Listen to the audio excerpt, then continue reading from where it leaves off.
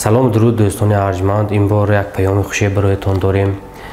میخواهیم از نشر یک کتاب به شما اطلاع دهیم که نامش دفتری اولین و آخرین است. و این دفتری اولین و آخرین کیست؟ دفتری اولین و آخرین نیکروز خالف نام یک دادری جوانمرگ ما از دهه بسمنده ناحیه دوشتیچ است.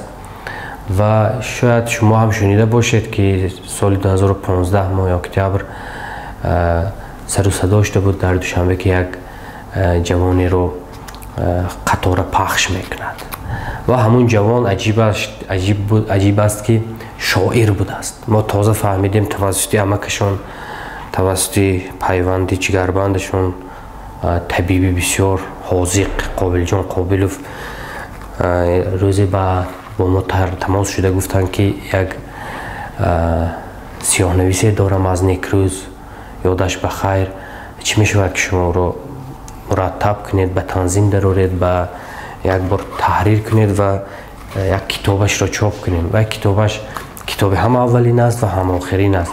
و از همین چیز ما تأثیر پذیرفته گفتیم بگذار این نامی مجموعه شعرش دفتری اولین و آخرین باشد. البته من نمیگم که شعرهای این همه عالی هستند، شعرهای این همه حتما پسند دل شما میشد، اما شعر است، نظم است، هرچی هم هست از دلی برخواسته، از دل یک جوانی 20 ساله است. 1995 تولد شده است و 2015 در عین گلگل شکفتن در 20 سالگی رخت از جهان بسته است. و نمیشود بگوییم که این همه درد پاره های این همه سستند یا کمایند. فقط شما به درد شعرها، به صمیمیت ترکیب واژه ها توجه کنید و در 200 شماره 200 نسخه چاپ کردیم در شهر دوشنبه و الکی خبر رساندن که به دانشگاه طبی که پیش از مرگش اونجا سال سیوم در دانشگاه طبی میخواند، الکی به استادانش رسیده است، شاید به دست شما هم در دوشنبه برسد.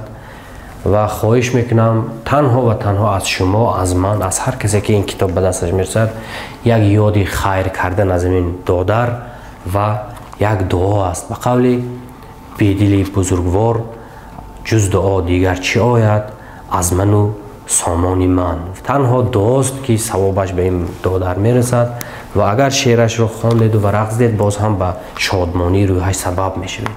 و در نهایت به مردمی بسمنده، به پدر و مادرش که هنوز زنده و سلامتن عمرشان دراز باد، به خواهرانش که این تنها یک پسر بود در خانواده، به خواهرانش، به پدر و مادرش، به هر کسی که خویش و پیوندی دارد با نیکروز، نیکروزی میخواهم و حال و هوای نوروزی میخواهم. ارمغان بهترین نیکروز پس از مرگش سخن است و به سبب نیست که گفتند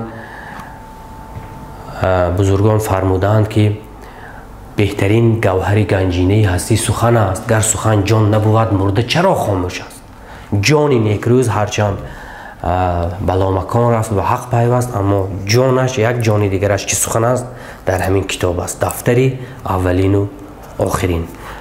و عزیزانش صبر و شکیبایی، من فکر میکنم اونها باید از روزگار 20 ساله نیکروز پشیمان نشوند، چون همین یک یادگاره که دارد از خودش. و این قطعه از محمد اقبال لاهوری پایان سخنی ماست. سحر می گفت بلبل باغبان را در این گل جز نهال غم نگیرد، به پیری می رسد خاری بیابان ولی گل چون جوان گردد بمیرد.